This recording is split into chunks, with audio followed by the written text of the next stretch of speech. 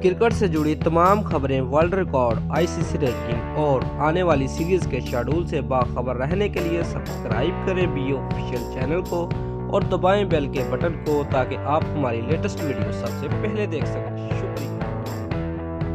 अस्सलाम वालेकुम दोस्तों, मैं हूं मोहम्मद शाहिद और आप देख रहे हैं बीओ ऑफिशियल यूट्यूब चैनल। दोस्तों, वीडियो को लाइक करने के साथ साथ अपने दोस्तों को व्हाट्सएप और फेसबुक पर शेयर भी कीजिए और नीचे कमेंट में पाकिस्तान जिंदाबाद, पाक फौज पाइंदाबाद भी लाजमी लिखें।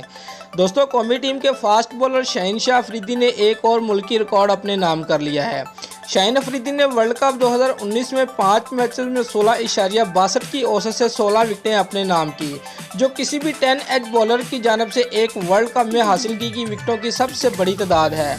इससे कबल साबिक ऑलराउंडर अब्दुल रज़ाक ने 1999 के वर्ल्ड कप में 13 विकेटें हासिल की थी।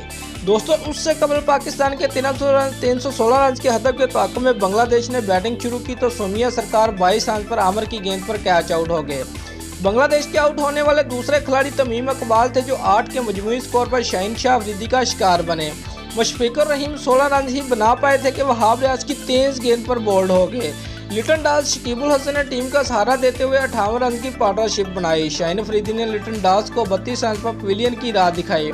शकीबुल हसन ने 6 चौकों की मदद से 64 रन बनाए, उनको भी शाहीन अफरीदी ने आउट किया। मुसद्दक हसैन भी सिर्फ 16 रन ही बना सके। बाबर आजम ने शादाब की गेंद पर उनका कैच पकड़ा।